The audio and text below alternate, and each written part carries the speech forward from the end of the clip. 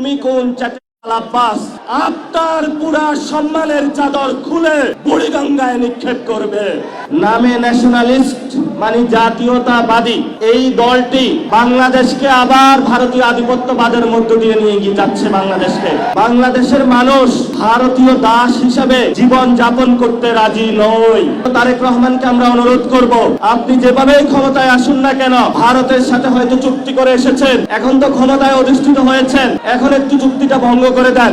এই স্বপ্নের বাংলাদেশ গঠন করার জন্য অন্যতম একটা ইনস্টিটিউশন ফর্ম হলো রিফর্ম অ্যাসেম্বলি, যেটা সংসদে হওয়ার কথা ছিল। আপনারা সবাই গিয়ে ভোট দিয়েছেন, কিন্তু সরকার গণভোটে আমরা যে হায়ের পক্ষে রায় দিয়েছিলাম সেটার পক্ষে দাঁড়াতে চাচ্ছে।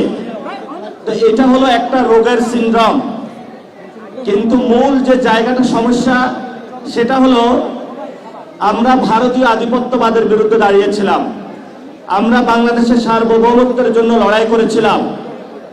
শেখ হাসিনা খুনি যারা আমাদেরকে খুন করেছিল, এই শেখ মুজিব যেই হলো ভারতীয় আধিপত্যবাদের মধ্যে নিয়ে আমাদেরকে দাদা বাবুদের কাছে বাংলাদেশকে বিক্রি করে দিয়েছিল। আপনারা আমরা যুদ্ধ করে ঐক্যবদ্ধভাবে বাংলাদেশ থেকে সেই জায়গা থেকে আমরা টেনে নিয়ে এসেছিলাম। কিন্তু দুঃখের বিষয় হলো নামে ন্যাশনালিস্ট মানে জাতীয়তাবাদী এই দলটি বাংলাদেশকে আবার ভারতীয় আধিপত্যবাদের মধ্য দিয়ে নিয়ে গিয়ে যাচ্ছে বাংলাদেশকে। আমরা তাদের উদ্দেশ্য বলতে চাই, আপনারা যত চেষ্টা করুন নাই কেন, বাংলাদেশের মানুষ ভারতীয় দাস হিসাবে জীবন যাপন করতে রাজি নয়।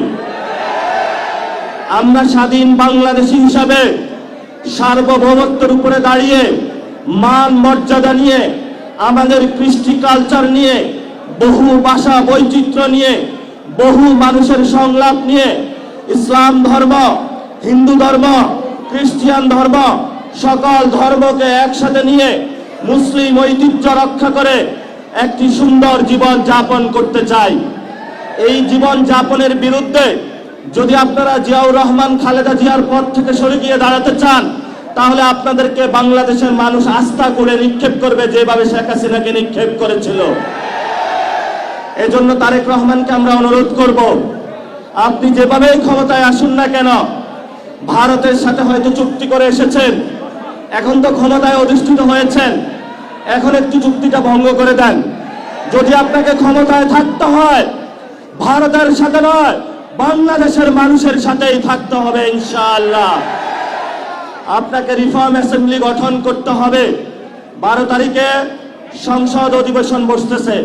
আমরা সরকারকে অনুরোধ জানাবো, দ্রুত গতিতে বাংলাদেশের মানুষ যে জনরায় দিয়েছে সে অনুযায়ী রিফর্ম অ্যাসেম্বলি করুন, এবং আমাদেরকে যারা খুন করেছিল, শেখ হাসিনাকে ভারত থেকে নিয়ে এসেছে বাংলাদেশে ফাঁসির কাস্টে ঝুলান। তাহলে আমরা বুঝতে পারবো আপনি শহীদ জিয়াউর রহমানের ছেলে, না হলে আপনার সেই জায়গাটা বরচা পাবো না। শহীদ জিয়াউর রহমানের যদি ছেলে হয়ে থাকেন, আপনার বাপকে যারা হত্যা করেছিল, খালেদা জিয়াকে হত্যা করেছিল যারা, আপনার মেরুদণ্ড যারা ভেঙেছিল, তাদের সাথে আপনি আঘাত করবেন না। তাদের সাথে যদি আঘাত করেন, তাহলে বিএনপির যারা নেতাকর্মী রয়েছে তারাই বিদ্রোহের পতাকা বাংলাদেশ উত্থাপন করবে। অনেক আমরা সহ্য করেছি। এই যে আমার নামে আজকে একটা মামলা হলো, মানহানির মামলা। ওই ব্যক্তি চাঁদাবাজি করে, সন্ত্রাসী করে, এমন লোকের কোনো মান থাকতে পারে না। যার মান আছে তারই তো মানহানি হয়। মামলা করেছে আরেকজনকে দিয়ে, গোপনে গিয়ে হলো সাক্ষী হিসাবে উপস্থিত হয়েছে। এগুলাকে আমরা বলবো গুপ্ত। আপনি ঢাকা হাটে ফেল করেছেন, লিখে রাখুন জনাব আব্বাস। আপনাকে তারেক জিয়া এসে রক্ষা করেছে। তারেক জিয়া যদি এসে রক্ষা না করত, তাহলে আপনি মির্জা আব্বাসের ছুনুপুটিও আমরা ঢাকা হাটে খুঁজে পাইতাম না। হালে পানি আছে, এখনো বেঁচে থাকার সুযোগ আছে।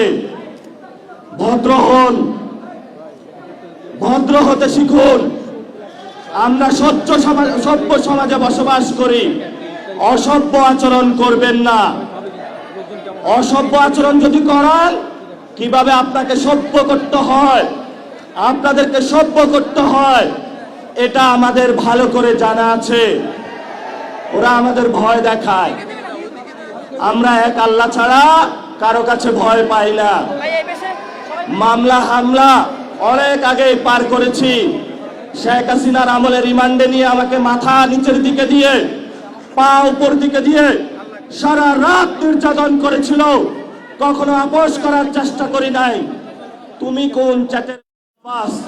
তুমি আসছো এখানে মামলা করতে, গুনার টাইম নাই। সিনিয়র সিটিজেন আসেন, সিনিয়র সিটিজেন আসেন, আমরা সম্মান করতে চাই, কিন্তু নিজের সম্মান যদি না রাখতে পারেন তাহলে এই যারা ইয়াং জেনারেশন আছে, জেনজিরা আছে, আপনার পুরা সম্মানের চাদর খুলে বুড়িগঙ্গায় নিক্ষেপ করবে। আমরা ধৈর্য ধারণ করতেছি, আমরা শান্তিতে বিশ্বাস করি, আমরা গণতন্ত্রে বিশ্বাস করি। ওই দিন নির্বাচনের দিন আমি যদি সেইখানে কনফ্রন্টেশনে যেতাম, হাজার হাজার স্টুডেন্ট হসপিটালে থাকতো। আমি গণতন্ত্রে বিশ্বাস করেছি, কিন্তু গণতন্ত্রের নামে আপনারা ইঞ্জিনিয়ারিং করেছেন। আমরা এখনো সহ্য করছি। দ্রুত রিফর্ম অ্যাসেম্বলি করেন, দ্রুত বাংলাদেশের সংস্কার বাস্তবায়ন করেন, দ্রুত বাংলাদেশের শহীদদের বিচার বুঝিয়ে দেন, আহতদের বিচার বুঝিয়ে দেন, শহীদ উসমান হাদি ভাইয়ের বিচার বুঝিয়ে দেন, ধর্ষণ বন্ধ করেন। নরসিংদীতে গতকাল একটি ধর্ষণ হয়েছে, আপনার সন্তান আছে, তাকে আপনি নিরাপত্তার চাদরে আবৃত করে রাখেন। আমার সন্তান, আমার মা বোনের যেদিন নিরাপত্তা দিতে পারবেন, সেদিনই আপনি জনতার প্রধানমন্ত্রী হবেন, এর আগে হবেন না।